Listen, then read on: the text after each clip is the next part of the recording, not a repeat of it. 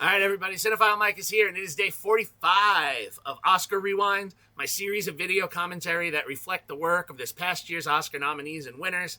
I dig deep into those IMDb profiles, and my hope is that you will discover a new, older favorite or revisit something you maybe haven't seen in a while. As always, I'll be discussing the recent Oscar connection, awards history for the film, the box office information, the critical response, and as always, these reviews are spoiler-free. Before we jump in, do me a favor, click that subscribe button. You don't want to miss anything coming your way on Rewind this season or moving forward. So, in this set, we are continuing to look at designers and their teams. I'm looking at as many costume, production, makeup, and sound folks that I can pack into this set, and today I am looking at Sony and Columbia Pictures' Closer. Written by Oscar nominee Patrick Marber based on his Tony-nominated Best Play, and now its film iteration, directed by Oscar winner Mike Nichols, the film was released in December 2005. After its initial run, and then a small international re-release in 2021, the film currently sits with a box office take of $33,987,757 domestically, and an additional $82,684,225 internationally, for a worldwide take of $116,671,982. Critically, the film is fresh with a 67% critical rating coming from 208 reviews and a higher 81% on the popcorn meter culled from over 100,000 ratings. Award season-wise, the two main standouts for the film were Natalie Portman and Clive Owen. They were both nominated for the Oscars for supporting actress and actor. They were both nominated for the BAFTAs in these categories, with Owen winning, and also a third nod for Marber for adapted screenplay. Portman and Owen were both nominated for the Critics' Choice Awards, with a third nod for Best Acting Ensemble, along their co-stars Jude Law and Julia Roberts.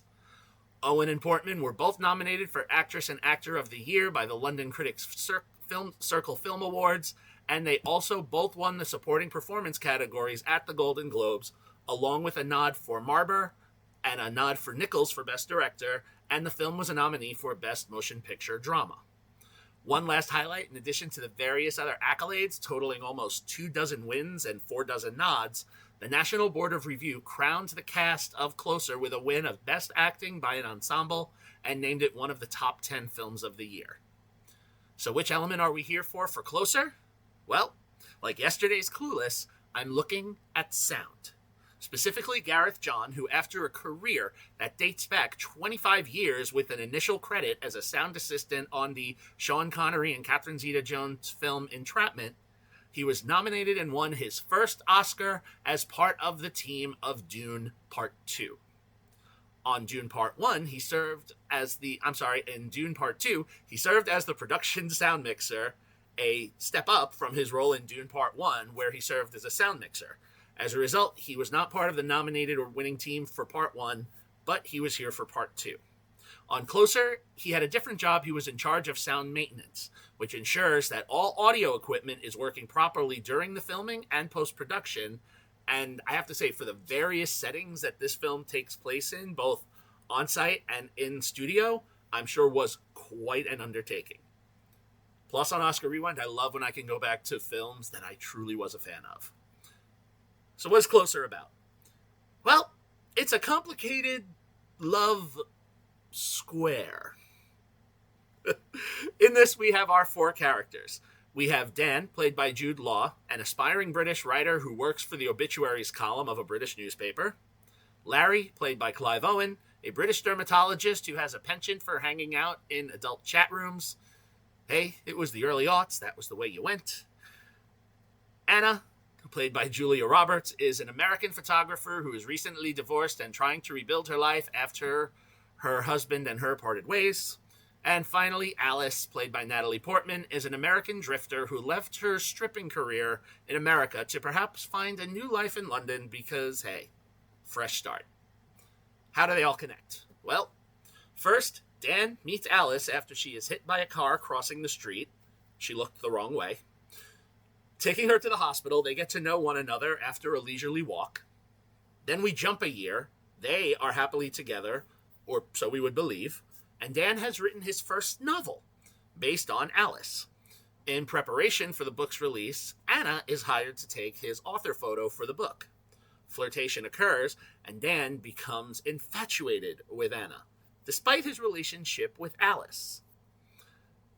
There's a little fun twist with that I won't give away. Then we jump forward some more time, and Dan meets Larry in an online chat room, where he pretends to be Anna, and they have a very interesting conversation. And just to mess with Larry, they don't know one another, but he thinks it's fun. And then after this interaction, he convinces Larry to meet at the aquarium, not actually knowing this is where his plan backfires. Anna actually showed up that day. So she meets Larry, and after they have an awkward first encounter, they laugh when they realize that it was probably Dan who played the trick on them, Anna knowing him and Larry definitely not being a fan now. But look, they eventually get together.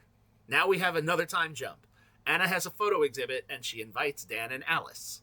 From here, our couples intermingle, and things begin to get a little awkward and entwined. Through a series of events I won't spoil, infidelity occurs, feelings are hurt, accusations are thrown, and lives are thrown into complete and utter turmoil. Now, how will this resolve itself, and will this be a satisfactory resolution for all involved?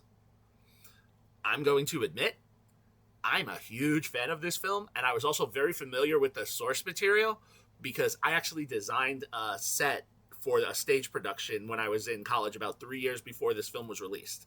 As I said, Marber adapted his stage play for the film. Fun fact, Clive Owen was in the original British production of the stage show, but he played Dan as opposed to Larry, so he has gotten to dig his heels into both. And personally, especially with his performance here, based on the way the characters are written, I think he's a stronger Larry than Dan.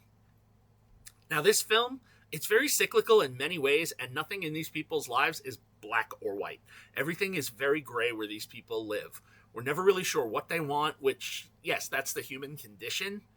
And Marber really does capture that perfectly. He applies this subtle nuance to these four characters that allow them to be both fully developed and yet completely fractured and scarred, thinking that they can't become a better person. And while all four of them are well cast, I agree with the awards direction. Portman and Owen really do truly stand out. Perhaps because of the four, their two characters are more active, whereas Law and Roberts' characters get to be a little more passive. But Owen, Portman, they explode on screen, and the few times we actually get to see them together, you really cannot look away. Their chemistry is that strong. Also, I was happy with some of the adjustments that Marber made to this story. It's decisive because, what can I say in a spoiler-free way? The play is a lot more tragic, and the film is a little bit less so. I'm not saying it's happy, but it's not quite as tragic.